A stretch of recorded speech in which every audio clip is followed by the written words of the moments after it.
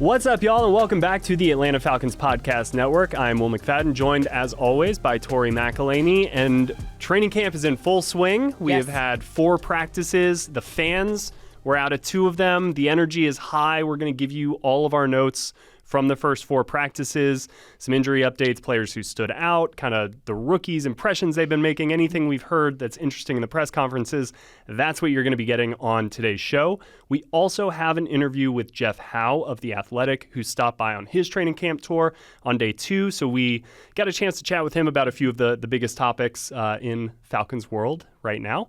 And then finally, at the end, we've got another edition of Know the Foe with Tori breaking down the Detroit Lions.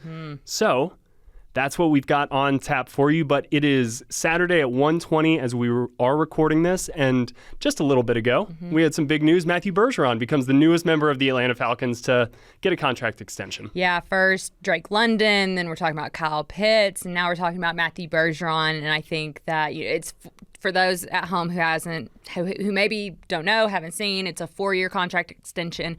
It essentially keeps Matthew Bergeron here in Atlanta through the 2030 season. I had the chance to talk to him immediately after practice. Like, we're running off the field together, and we just kind of like duck into the locker room, and we're having this conversation, and he was... well, first of all, we were able to break it, which like never happens. And I have to say this, Matthew, he was like, I hope you get to break it. Like, he's like, I haven't told anybody. So, but that was like a little behind the scenes. Yeah. But he was so great, and he was very thankful, and he was just kind of saying, like, I'm a kid from Canada. I grew up speaking French as my first language, really didn't become fluent in English really to the point where he is now until he was in college at Syracuse. His story is one that's like really, really fascinating. He's an awesome guy. Awesome guy, super fun guy to be around. I think that, Will, you and I have covered this team for a long time, and we've covered this team where it felt like every year we were having a different conversation about left guard. Yeah, that's where you're going with this? Yes. 100%. You're spot on. And right now, to see how things have changed in 5 years' time at the left guard position and seeing what Matthew Bergeron has maturated into, and kind of hearing from him and how thankful he was, like kind of saying how much Atlanta has embraced him. And even he was talking about like, now I feel like I have the resources to continue to like really dive in and give back to a community that he was like changed my life. Yeah. So it was a great conversation. Really happy for Matthew Bergeron. Can't say enough good things about him. Yeah, he is amazing, and you've given me another thing for the gratitude journal today. Is thank God we don't have to talk about the offensive line, like that is those true. Rotations. We haven't had to do that for the last few years, which is a testament to the continuity that has been there. And who knows? Maybe we'll get into a little offensive line talk, but it is great to see Matthew Bergeron, tough as nails. Really excited to see what he can do under Bill Callahan. So I'm glad that he's going to be sticking around. But let's get into some training camp talk. The fans were out there today. Yep. We had our first training camp live show, which everybody can check out on YouTube. Dave Archer, Taylor Vismore, I joined for the last 20 minutes. It was a great kind of overview, I thought, today of just where things stand. And we've got another one coming on Monday when the pads will come on for the first time, as we learned today. So that is going to be awesome. Please check that out. But Tori, because I was busy doing training camp live, I wasn't actually out there at the practice field able to watch as closely as I normally do. So I was hoping that maybe you'd be able to catch me up on what all you saw out there. I will try. Now let's start. Do you want me to go offense first? Do you want me to go defense first? Oh, let's go offense first. Offense, okay. Yeah. Well, I mean, I think we have to start with the quarterbacks. Duh. Do we have? Yes. Duh. We have to talk about the quarterbacks. As everybody probably knows, like there's been quite a bit of quarterback news over the first 4 days of this bulk of this period of practice. The main thing is that the Atlanta Falcons came in, reported on Tuesday, kind of got all the medical things out of the way. Come to find out, on Wednesday morning, Kevin Stefanski shares kind of a holistic update on the quarterback situation. Yep. Michael Penix Jr. not yet cleared for 11-on-11 team stuff. Tua Tagovailoa kind of dealing with what he later called in the week lower back tightness. Something that kind of flared up right before training camp started. They believe him to be coming back soon to full go. Yeah, he said sooner than later multiple times during that. So yes. And so that happened, and that was Wednesday morning, and it was a kind of a rush of, no pun intended. Yeah, I was going to say, great word choice. No pun intended, but it felt like a rush of all this information. And at the time, Wednesday morning, you're looking at this quarterback room. Trevor Siemian had been released because of a injury. Falcons only had Jack Strand. A single-stranded quarterback. Single-stranded quarterback who could run 11 on 11s. Like these team drills. Undrafted rookie, Minnesota State Moorhead. Yes. Welcome to the show, man. Falcons call up an agent of a guy named Cooper Rush out in Dallas, get him to Atlanta. He tries out, signs on Wednesday morning for that first practice, and has slowly but surely, kind of each day, gotten a little bit more of 11 on 11 work. And as both Michael Penix and Tua have been in and out, and this is where we are today. Mm-hmm. Michael Penix is still kind of the last 2 days taking the bulk of 7-on-7 high red zone work. So some of the situational stuff. Yes. Okay. That continued today. I thought he had a much better showing today than yesterday. Cool. Then moving forward with Tua, he did participate in practice yesterday, but it was more of like in a 20% speed, almost walk through 11 on 11 period. It wasn't even like there was not a whole lot of movement, being very cautious with that back issue. It reminded me of like what we used to do in high school before. We would do it like in our socks in the gym. Yeah. And it was just kind of like half walk through, half like half speed stuff. Yeah, yes. It was interesting to see. I thought he threw the ball well. Yes, but today, kind of tapering it back a little bit more, it was just Jack Strand and Cooper Rush getting a little bit more into those 11 on 11s, and then Tua participated in the individual stuff and some of those one-offs with receivers. Michael Penix, again, like I said, 7-on-7 work, but that's kind of where we are with the quarterback situation as it stands right now. How'd the receivers look? Receivers looked good. There were some things that, from a timing standpoint, I think that they were working on. Zachariah Branch and Drake London, when they were in the red zone, had some balls that they probably would want back.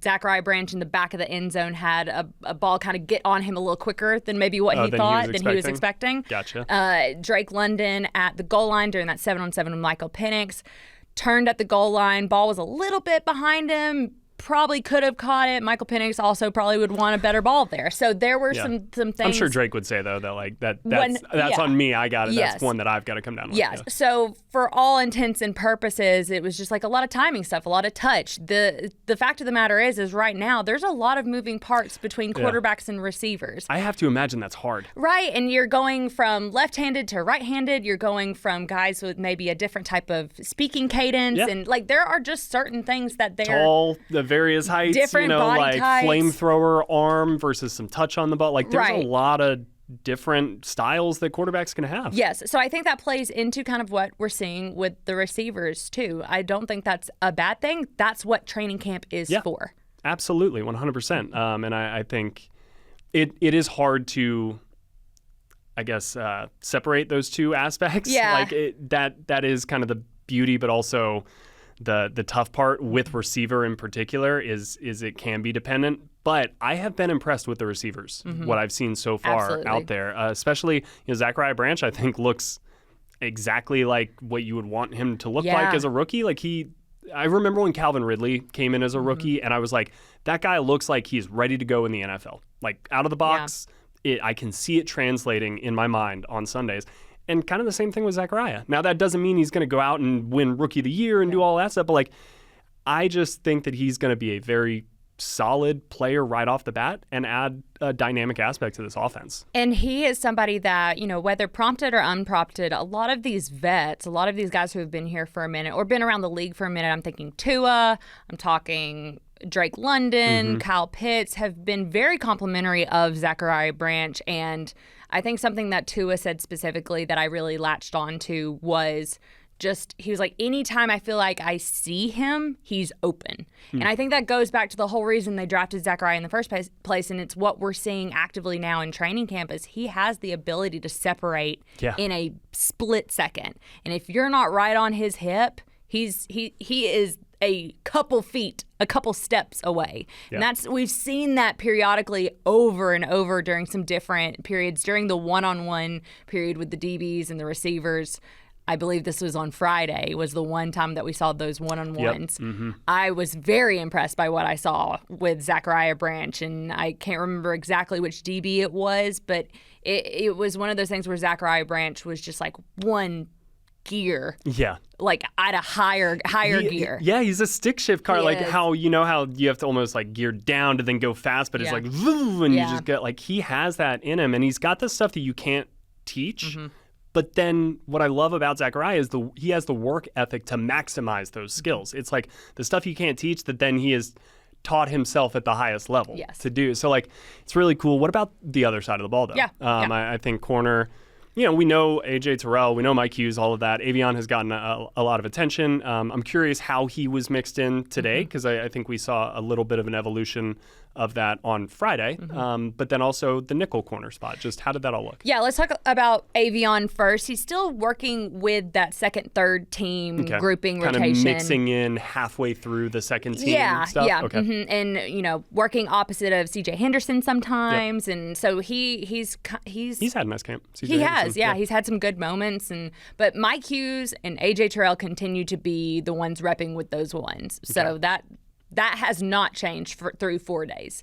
What has changed, what has evolved, specifically in the secondary, is Sydney Brown. Sydney Brown is somebody that I was joking with one of our media member friends in Atlanta, Joe Patrick. I just joked, and Shout out Joe Patrick. Shout out Joe Patrick. I was joking with him because so what Sydney Brown does, Sydney Brown with the ones, he comes in and rotates with Darnay Holmes.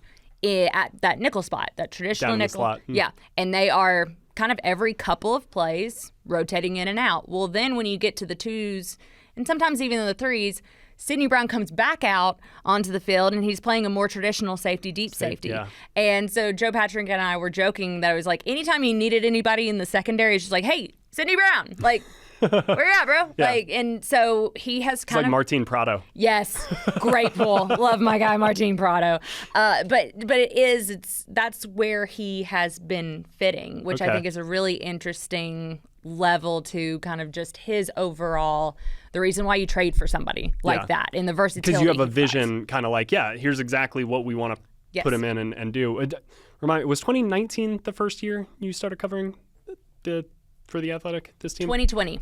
Okay. Yeah. Mm-hmm. Even better, because that was the kind of DeMonte Casey, Ricardo Allen, Keanu Neal. Because like I remember at that combine talking to DQ about just the positionless defense, and it almost seemed like it was out of necessity a little bit because of they didn't really have that slot corner role. I think Brian Poole was no longer on the team at that point. But they have the same kind of thing here with Sydney Brown, is that maneuverability, which is so important, especially on the back end at safety. Right, yeah. So secondary has been pretty like cut and dry outside of that nickelback spot. Yeah. But something that I wanted to tell you that I've been like foaming at the mouth to tell you was we've got to talk about inside linebackers. Okay, that's where I was going next, so this is great. Because as we're talking about rotations and things that are changing, things that haven't really been changing over 4 days, today was actually the first day that we got a really significant heavy rotation at inside linebacker, which was a lot of fun. Why'd you let me start with offense, Tori? I wanted to give you the option. We should have just gone right to inside linebacker. This is juicy. All right, so we got a rotation at inside linebacker. Yes. So for all of you guys at home, Will and I watch almost every practice, and that we're able to. And for a majority of OTAs, majority of mandatory minicamp, Christian Harris has been the guy alongside Divine Diablo with the first team defense. Yep. And he's looked good. He's looked good. Today, coming into practice, Kevin Stefanski, before practice started, was asked the question just kind of about like, hey, guys are playing here. Are you going to continue to do that? And he did say going into practice, like, hey, whoever you feel like is, starting certain places, like we are really trying to get some heavy rotation in there. We are trying to mix and match. You're going to see different guys with different people. We finally saw that really significantly with the inside linebackers. And what I mean by that, Harold Perkins Jr., Kendall Daniels, and Christian Harris all got reps with the first team defense alongside Divine Diablo today. First time that we've seen that breadth of rotation where they were really kind of like every couple of plays moving in and out, which I think is a testament to, one, Divine Diablo being able to still perform the way he can and being kind of that green dot for the guys and the vocal getting the play call in. But it was really cool to see what differences each one brought. Tell me about the Kendall Daniels combo. Oh my gosh, I know. Just the twin towers out there of both of those dudes at the middle linebacker is crazy. I don't know if shocking is the right word. Shocking's not the word I'm looking for, but it was just like it was mesmerizing almost. Okay. To see the two of them they mirror each other. Yeah. And it's something that we talked about when Kendall Daniels was drafted, like his length, how long he is, his safety to linebacker transition is something that just looks so much like Divine Diablo. Yeah. Seeing them side by side, though, seeing how they move, seeing their length and their height kind of like, again, mirroring each other, that was a fascinating package that really feels like it clogs throwing lanes. That's my thing is, like, I can't even, like, you play Minnesota. Kyler. Yeah. Bryce Young. What are you doing? Carolina. what are we doing? How? Yeah. And obviously they are going to have answers. It's never going to be this easy. Yeah. But boy, does it, I like the look of it. It's a fun great. look. Yeah. It is very different than I think what we have seen before. And it's a lot of fun. I was just looking at those two together was interesting. Well, because I've been thinking about, with inside linebacker, particularly like Raheem's clones thing, is like that's what it looks like to me a little bit, seeing them go from the ones to the twos when you have Divine and Christian Harris, or they have had Divine and Christian Harris out there, and then you bring in Kendall Daniels and Harold Perkins, and it's kind of the exact same. Like it looks, if they didn't have the numbers on the jerseys, I'd be like, oh, the same guys are out there, body type wise. So I'm really curious to see how this shuffling settles, because that is a big shakeup, and there are a lot of different skills and body types in that linebacker room. So the mix and match is going to be interesting, and that's kind of the theme of right now. Everybody's mixing and matching. Everybody is getting some run. A player who we haven't talked a lot about in general, but I have been watching, and I think has done really well, and we don't have to spend a ton of time on him, but Brian Robinson Jr. Yeah. Like, I think that he operating in kind of like that lead back role right now in camp is like, looks smooth, he looks fast, he looks powerful downhill, and you can't tell so much with running backs until the pads come on, right? So that's why we don't have to linger here too long. But I found myself every time I watched Brian, I was like just getting excited a little bit. I was like, oh yeah, he's on this team.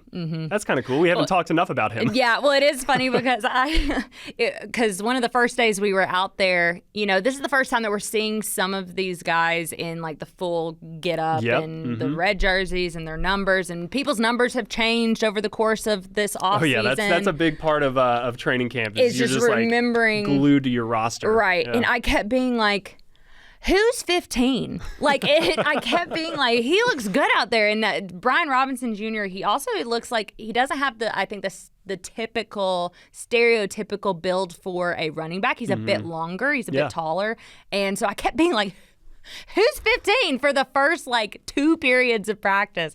It's Brian Robinson Jr. And the reason why I was asking who 15 was because I was intrigued by what I saw. Yeah. I thought that he, to your point, he seems very fluid, and I'm excited to see the pads come on, to see more of this wide zone gap integration of what the offensive line is doing in the run game and how that ultimately looks. Because again, right now, to your point, it's more of like a passing style of, it's glorified 7-on-7s. It's, glorified 11-on-11 walkthroughs. So you're getting more passing downs. Yeah. I'm excited for the pads to go on Monday to see something more from Brian Robinson, because I've already enjoyed what I've seen so far. Yeah, absolutely. The pads coming on Monday is going to be kind of like that next checkpoint that everybody's looking for. And because we've got a big show, a big podcast for y'all today, I don't want to linger too long on training camp. So I'll ask you this to kind of wrap up and maybe look ahead to Monday. With the pads coming on, let's talk a little trenches. Yes. Are there some guys, offense and defensive line wise, that you're most excited to kind of see in those Indy matchups? I think it has to be what's going on with right tackle. Yeah. Obviously, we know in the offseason, Caleb McGarry retired from the NFL. The Falcons go and pick up Jawan Taylor. Well, Jawan Taylor is on active PUP right now, so not available to the Falcons. So Michael Jarrell has been primarily taking those right tackle reps. Yesterday, Matthew Bergeron and Jake Matthews were kind of held back in 11 on 11s in order for, I think, honestly, Bill Callahan to see kind of some more depth. Got to see Kyle Hinton. Mixing and matching everywhere, right? Yeah. Kyle Hinton beside Ryan Newsel, who was beside Chris Lindstrom, and then your tackles were Wanye Morris and Michael Jarrell. Michael Jarrell continues to, I think, have the top spot in that right tackle conversation.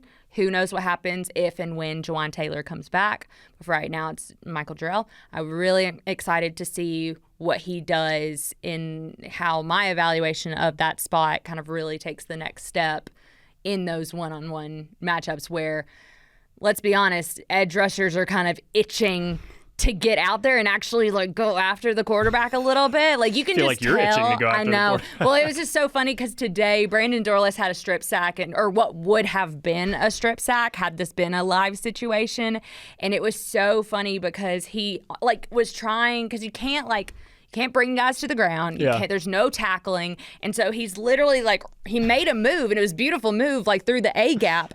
And he's just running kind of like this, towards, I believe it was Jack Strand. And then he just punched the ball out.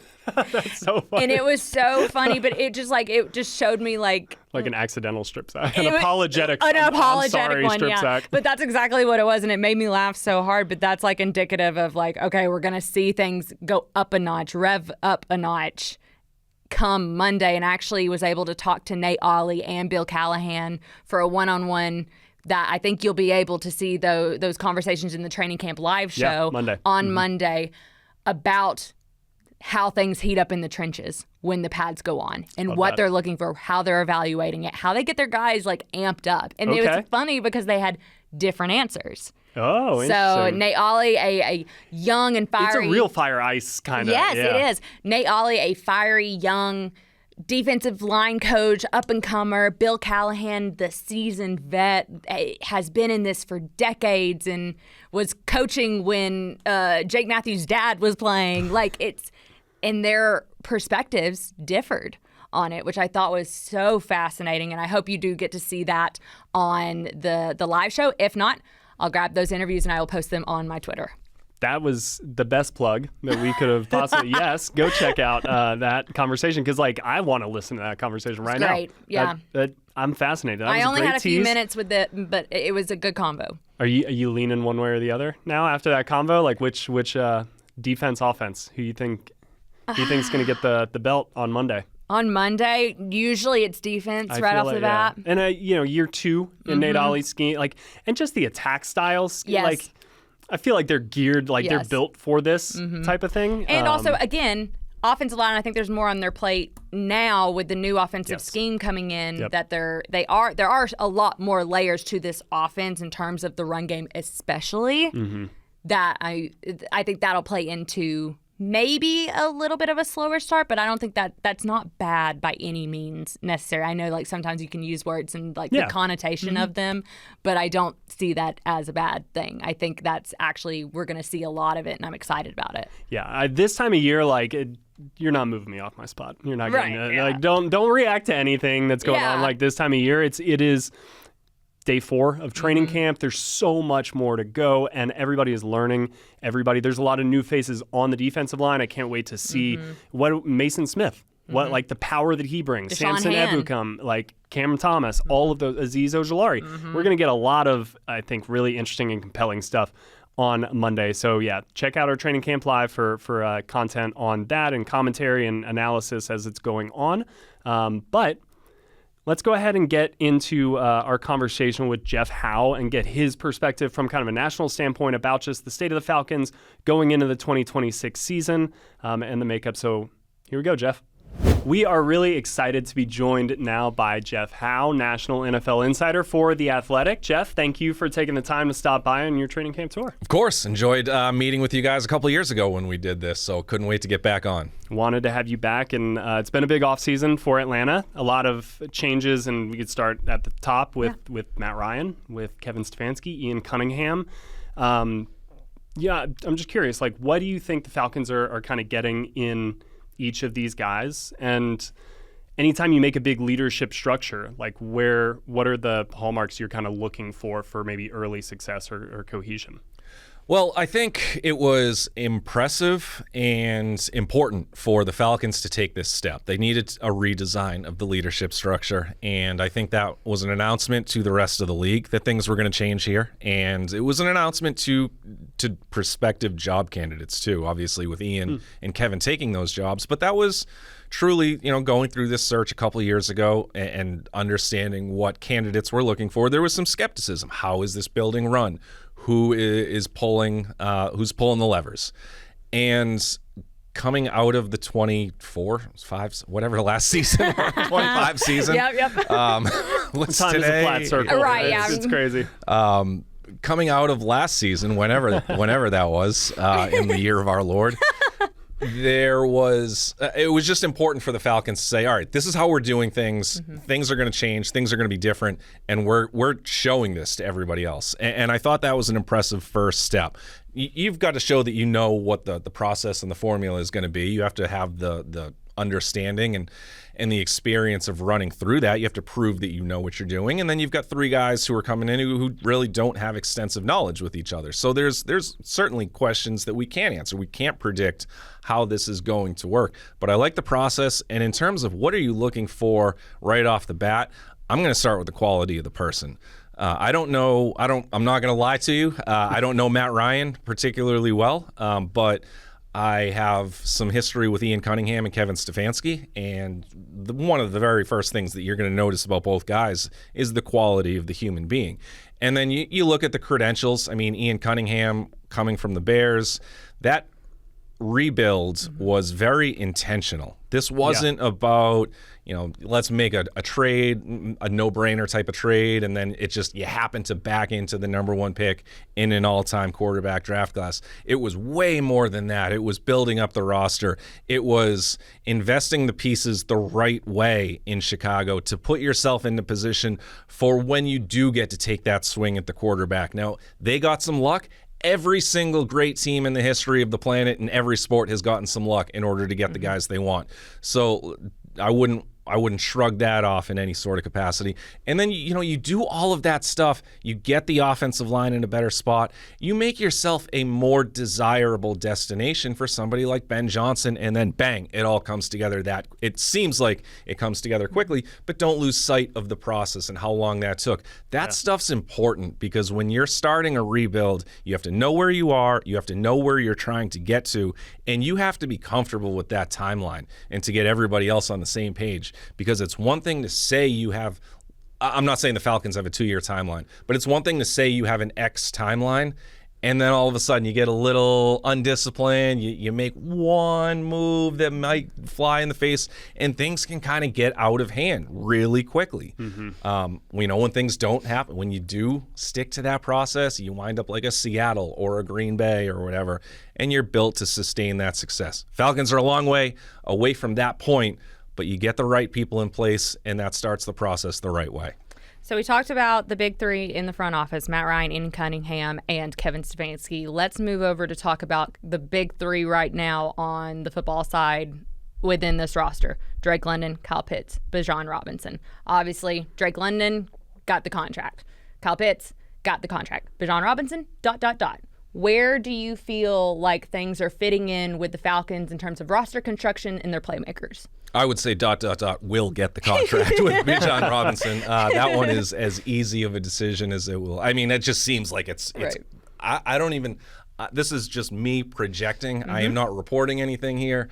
But it just feels like that's going to be such an easy contract to get done. These are two sides that just need to or will continue to work together. In my opinion, again, not reporting anything. I'm just going off of my interpretation from the outside on that one.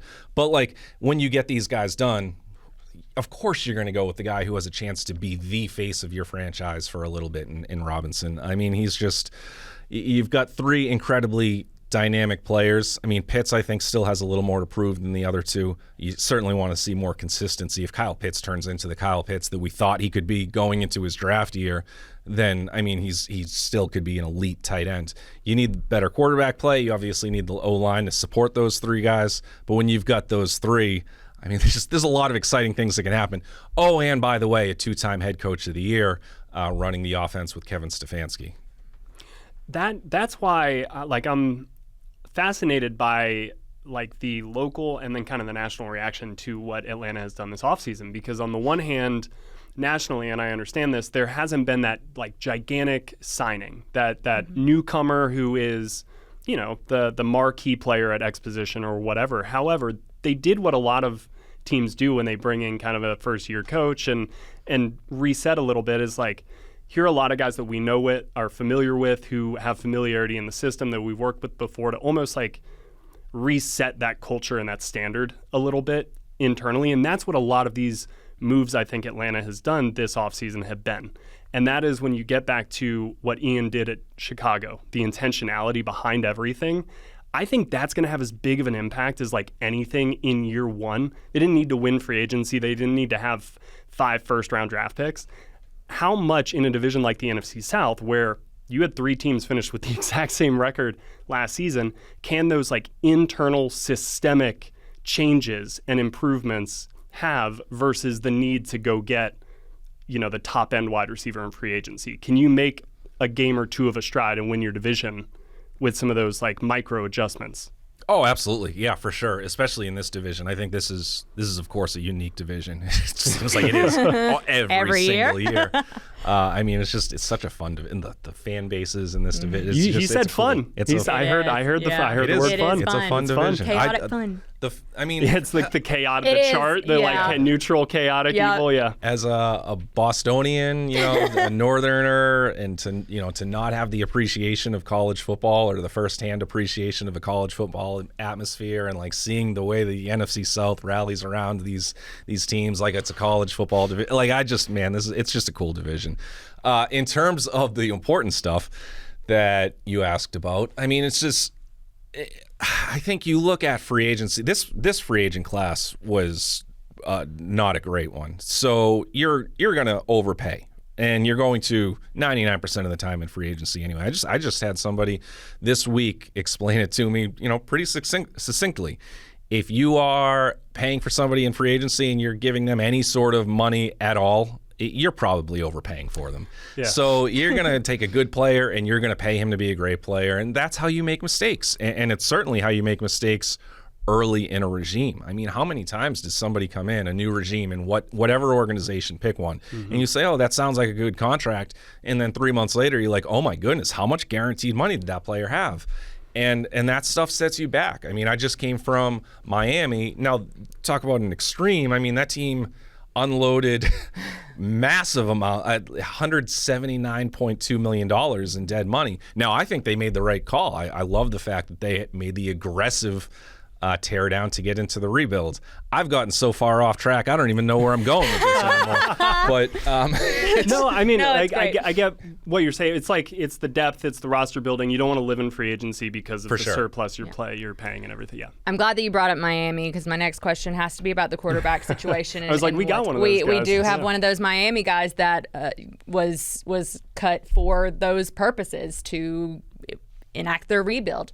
Tua Tagovailoa comes in here, Michael Penix in here, these two guys, and we're recording this what day is it? Thursday? Thursday. So this is a very fluid situation. The first day at camp, obviously get the news that Tua is injured and will not practice. He was out there today on Thursday. Michael Penix Jr. not yet cleared for 11-on-11 work, full team work, but can do everything else. Where do you think the quarterback position is, let's just say, getting our crystal ball out week one? Where do you think that this thing is going? It's very confusing coming in from 30,000 feet, expecting to see a bunch of left-handed throwers today, and then to see nothing but righties. Yep. And so, no, but my own ridiculous comments aside, I think it's Tua. I think it seemed like it was going to be Tua at the beginning. Again, just sort of my read on the situation. Wanting some accuracy to run Stefanski's system. I didn't love the way Penix's season went last season. I was kind of surprised. I thought he took a bit of a step back, or certainly didn't take the step forward that I think we all sort of thought he had a chance to take. So I think you're looking for some veteran presence, get the ball out quickly, try to let those playmakers, those big three, let those guys carry your offense. And in order to do that, you want to get the ball out quickly and let them run with the ball. That's what Tua does well.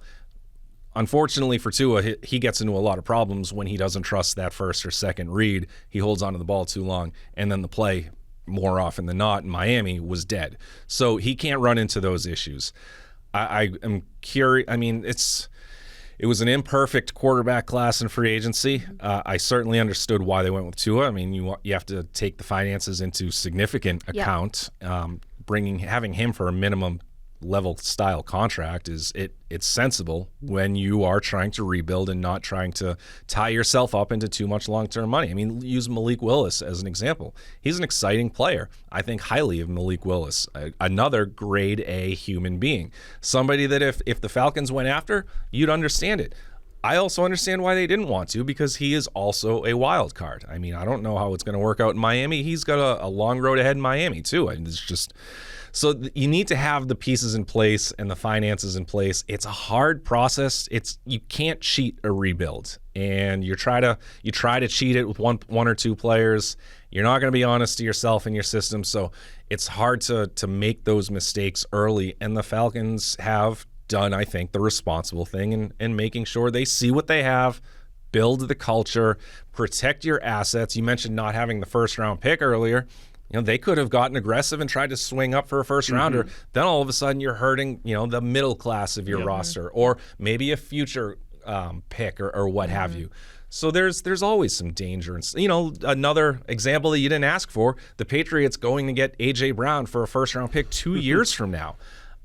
I don't know. I mean, if they don't win a Super Bowl in the next 2 years, that trade is going to hurt a couple of years. Right. So these are the types of trades that the Falcons cannot really immerse themselves in until they see what they have, I think. And that goes back to just sticking to the plan, having that plan, and really not straying from it. Yeah, and I understand that's not the fun answer. That's not exciting. Yeah, it's the responsible adult answer. Yeah. That's keep your budget. Don't overspend. Yeah. It's hard to be patient. I've got an 11 and a 9-year-old, and I'm trying to teach them about allowances right now. I feel like I just borrow the same conversations. I think we got time maybe for one more. I want to ask you about the other side of the ball, the defense. We talked about kind of building and creating a foundation. I think the Falcons surprised a lot of people with what they did on that side of the ball last year. What kind of foundation did they set in year one of Jeff Ulbrich, and what kind of are your expectations in year two for maybe how they can build on that thing? Aggressiveness, making sure that they can attack in various ways, really need to scheme up some pressure. You want to rely on that edge if that continues to be a strength. If that's there, you have to, utilize that. I'm curious if there will be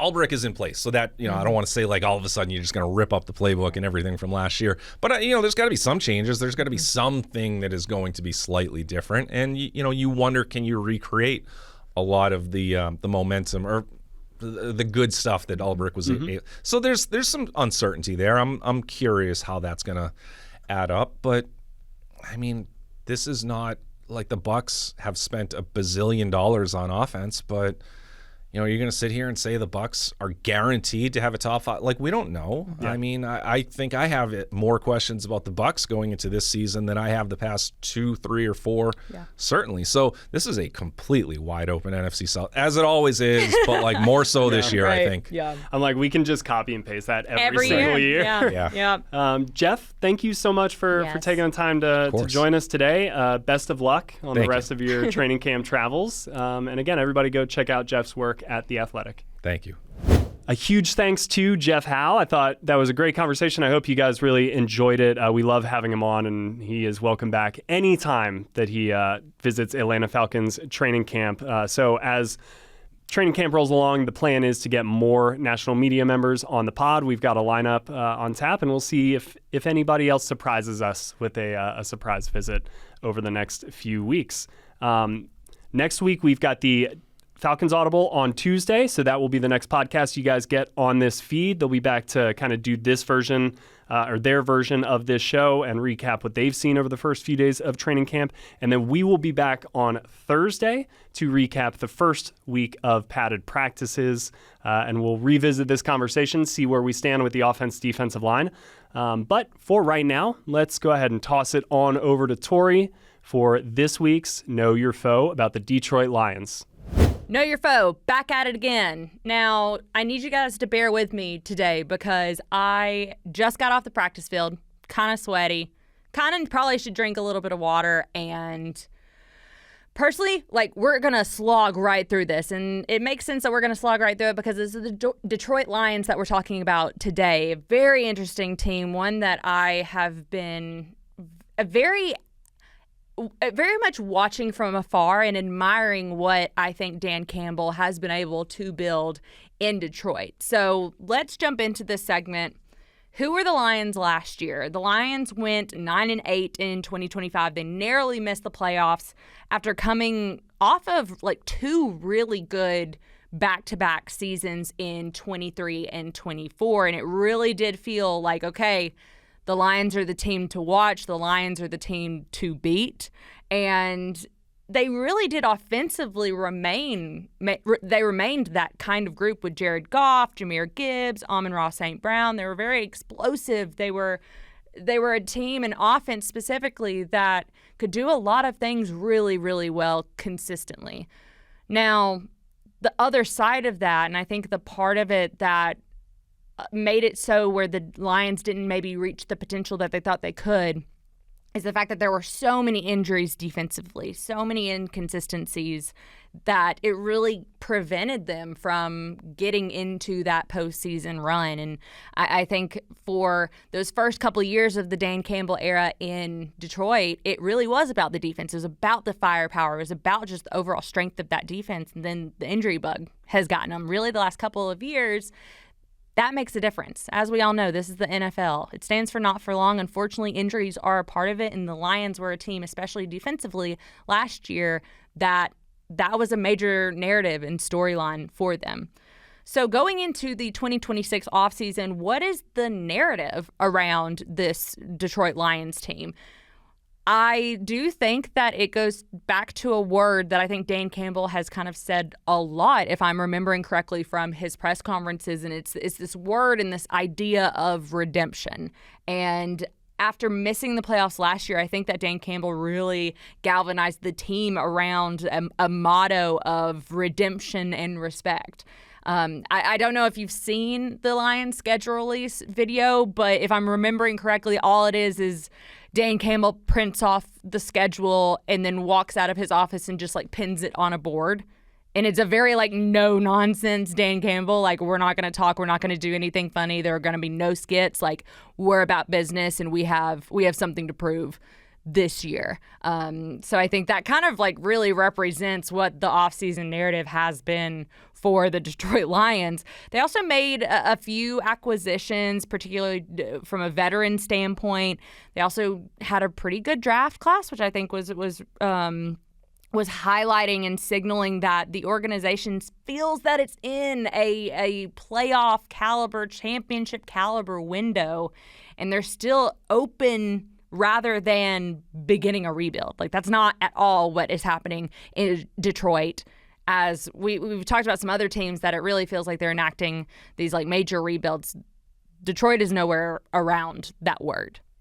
So who was the biggest departure this offseason? Got to go with running back David Montgomery, who was traded to the Houston Texans. So this was, if I'm remembering correctly, around mid-March during the whole free agency time period where all those moves are being made, and traded to the Houston Texans in exchange for offensive lineman Juice Scruggs, a 2026 fourth-round draft pick, and a 2027 seventh-round draft pick. And this was a move that I think for much of Jahmyr Gibbs' career these last few years in Detroit, you talked about David Montgomery and Jahmyr Gibbs as this 1-2 punch in a similar way that you've been talking about Bergeron Robinson and Tyler Algier here in Atlanta. And so no longer having that off piece to Jahmyr Gibbs, that was a major difference that we're going to see in 2026 with this Detroit Lions team. But I think that it just continues to affirm, and everything that we've kind of seen in training camp, that Jahmyr Gibbs is their guy. He is their lead back. He is the guy that they rely on. And I think that it kind of leads us, that idea leads us into, okay, so that was the biggest the biggest departure for the Detroit Lions. The biggest addition was actually, let's stay in the running back room, Isaiah Pacheco. While I think Detroit really also addressed a lot of their offensive line issues, added some more things in defense, Pacheco steps into a void that was left by David Montgomery. As we just talked about, it gives the Lions another explosive physical runner that complements Jahmyr Gibbs. And in this, again, in the same way the Atlanta Falcons this past year, Tyler Algier goes to the Arizona Cardinals, gets a big payday there. Falcons need to go out and find another running back to complement Bergeron Robinson. They don't have to look very far in terms of names. Brian Robinson Jr. is available. So I think that there is this kind of mirroring effect between Atlanta and Detroit and where they land from a running back standpoint. So let's close things out with what is the team identity of the Detroit Lions and how does that match up with the Atlanta Falcons? So Detroit's identity is exactly, I feel like, what it's been under Dan Campbell. It's kind of the signature of Dan Campbell, of like this very physical brand of football, like getting in your face, not shying away from the physicality of the game. Power run game complemented by explosive play action, very aggressive coaching style from Dan Campbell, embracing kind of those fourth down decisions, not being afraid of them, not shying away from them, really pushing the envelope there. And then I think defensive front really focusing on obviously creating pressures, stopping the run, everything that you want to do. It's not a matter of want to. It's the matter of like, can you? That was the big thing last year, is like, did they have the bodies? Like, did they have the depth to be able to consistently do that? Does that change now as guys get back healthy? You've made some additions to your defense. What does that next step look like? And can that be sustainable for the entirety of the season for the Detroit Lions? Because if it is, they become a very tough team to beat with the offensive firepower that they have and the physical defense that they hope to bring back a little bit. Now, the matchup with Atlanta, it's the Jahmyr Gibbs and Bergeron Robinson show, right? Like, this is no one's made it any secret how much those two individuals from the same draft class at the same position matter to their organizations, matter to their offenses. Both teams want to run the ball. No one's made it a secret that they want to put the ball on the ground and run the ball down the throats of the defense. So while I think that's the main point of both teams, I think that it really goes to what is Atlanta's best path forward is really controlling time of possession. Can you keep the ball away from Jahmyr Gibbs? Can you keep the ball out of the hands of Jared Goff, who has shown us, over his entire career, he can come up in the clutch. So, but it really is, it's going to be a matter of who establishes the run game early and how long is that sustainable for either team, because they both want to do kind of the same thing offensively. Which defense comes up and comes out on top? So that's the Detroit Lions for you. I hope that was coherent. Training camp, we're only on day 3. I'm recording this on Friday afternoon, so hopefully this is something that you're like, yeah, Tori did a good job. That's fine. But thank you so much, you guys, for joining us. This has been a very, very busy start to training camp, so I thank you guys for hanging with us. We have so much content, whether it's on the site, on YouTube, so make sure and check it all out. I'm Tori McElhaney. That's just been Know Your Foe, and thank you guys. We'll see you next time.